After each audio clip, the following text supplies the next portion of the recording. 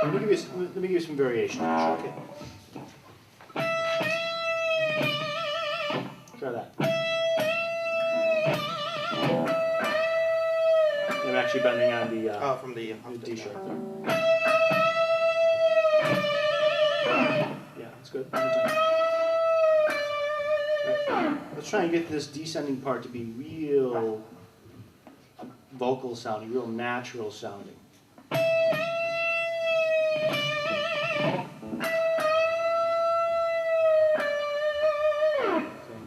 So when we descend the bend, a singer wouldn't usually change the speed of the glissando, of the slide, in the middle. So once the movement begins to happen, I mean, this E note will stay being sung or held out. And once the singer starts moving from E to D, that rate of speed is going to be in a straight line. It's not going to, most of the time, it's not going to start out slow and then get faster to the D and then eventually get to D. What we're really doing is we're implying a move from E to D, but that never really happens. The move only happens from E to E flat, and we pull off to D to imply the rest of the glissando. Because we can only do half using this pitch. We can only do half of what a singer would do. What a singer would really do is just go in a straight line. But this sounds better. In my opinion, than this. By the time you get to D, there's no life left. There's no balls at the end of that.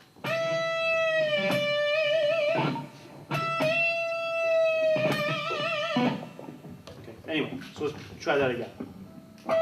Oops.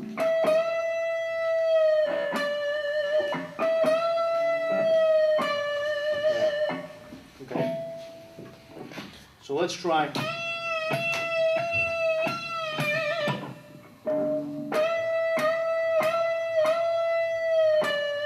Did you hear a difference between the way I played it? Yes, I did. What was the difference?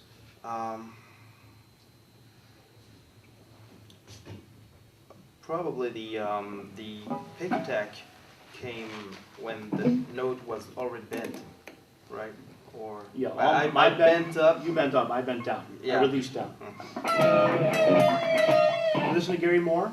Yeah. He does it all the time. Yeah. All the time, and he'll often alternate. He'll do a lot of those descending bends, descending bends, descending bends, and then at the end he'll bend up, either on the same pitch or on another pitch. And now that upward bending note is very, very strong. It's much more powerful than if he'd had all up of that. Gary Moore, for phrasing, is really, really a great player.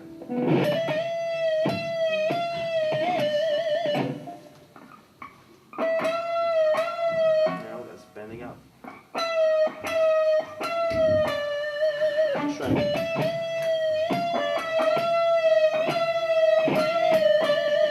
Now listen to the end now.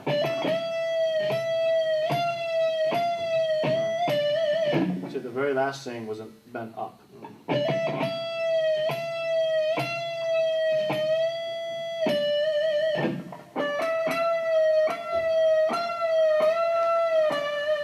It's only an up and at the end.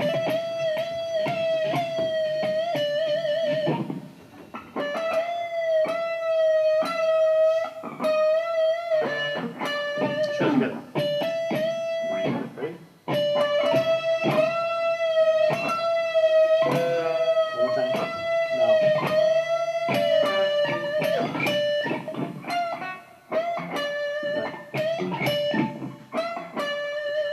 The point is that one of the things that will help your phrasing a lot is not continuing to search for new notes to play.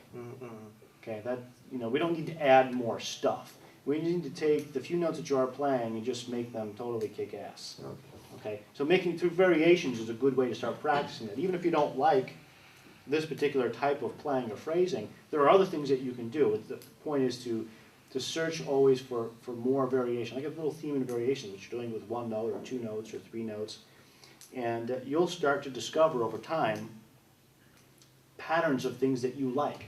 What I like to do and what you might like to do or hear might be different, but you need to discover what that is. See, right now, I don't think you have any idea because you just keep going from one note to another note to another Yeah. note to another note. There's no time to even develop. Your phrases aren't developed because there's no time to develop them. Okay. Does that make sense? Totally. And if you can play two notes really, really cool, then it's no big deal to play 3 notes or 4 notes or 10 notes really, Yeah. really cool.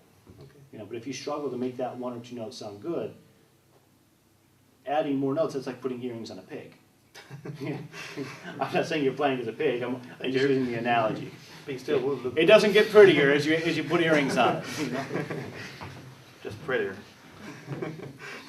Okay. A little bit. Anything else you want to talk about right now? Oh, not really. I got a lot of Cool. things.